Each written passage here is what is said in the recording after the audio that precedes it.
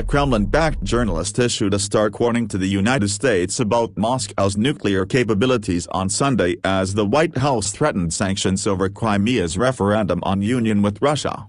Russia is the only country in the world that is realistically capable of turning the United States into radioactive ash, television presenter Dmitry Kiselyov said on his weekly current affairs show.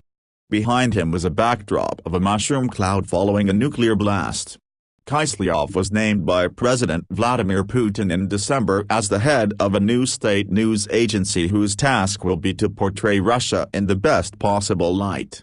His remarks took a propaganda war over events in Ukraine to a new level as tensions rise in the East-West standoff over Crimea, a southern Ukrainian region which is now in Russian forces' hands and voted on Sunday on union with Russia.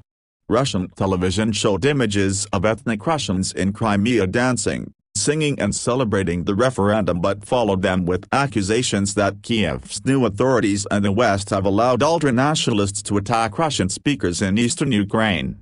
Kiev and the West blame the violence in eastern Ukraine on pro-Russian groups and say the Crimea referendum is illegitimate. The United States has warned of imminent sanctions against Moscow.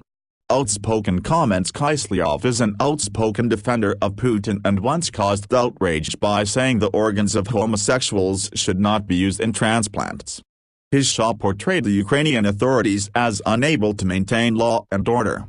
Putin made a similar charge in a telephone conversation with U.S. President Barack Obama on Sunday. Such remarks have caused concern in Kiev that Moscow might send troops to eastern Ukraine, acting on a vote in Russian parliament allowing him to use the armed forces if compatriots are deemed in need of protection in Ukraine. As the crisis escalated, the news in Russia has taken on shades of Soviet-era propaganda, with reporters peppering reports with references to what they say was the cooperation of some Ukrainians with the Nazis in World War II. There is also now growing menace in some of the reports, as well as echoes of the Cold War. Soviet leader Nikita Khrushchev gifted Crimea to Ukraine in 1954, when Ukraine and Russia were both parts of the Soviet Union.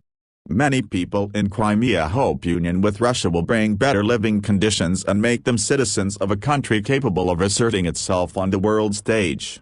Others see the referendum as a land grab by the Kremlin as Ukraine's new rulers try to move the country towards the European Union and away from Russia's sway.